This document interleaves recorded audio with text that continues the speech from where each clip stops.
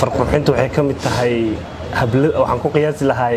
macnaha ninka ragga markuu dhar gishto dharkiisa haduu jajaban yahay macquul maaha macnaha waxay ku fiican tahay inuu dharka feereysto oo quruxsan marka sidoo kale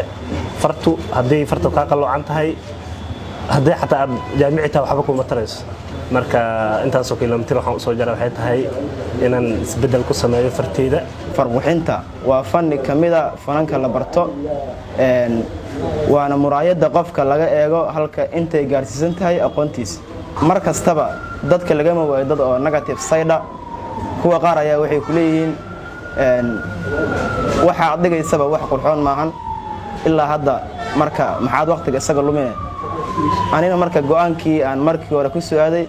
ayaan ka dhabeeyaho wax hadda saameyn igu yeelato Macallin Amiir ayaa ugu baaqay dawladda Soomaaliya inay farqurxinta ku darto manhajka waxbarashada si ay u noqoto maado lagu dhigo iskuulada dalka manhajka waxbarashada waxaan ku baaqayaa si gaar ah iskuulada iyo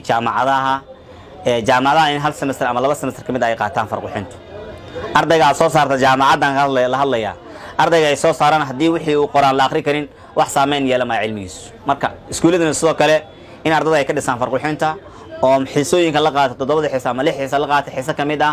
looga dhiga hatta haday qaadan karin 3 bil 4 bil marka hore in base laga soo dhisayo qof farqurxinta lagu daro waan ku talinaya hadii ay macquul noqoto Shukr Caabi Cabdi Risala TV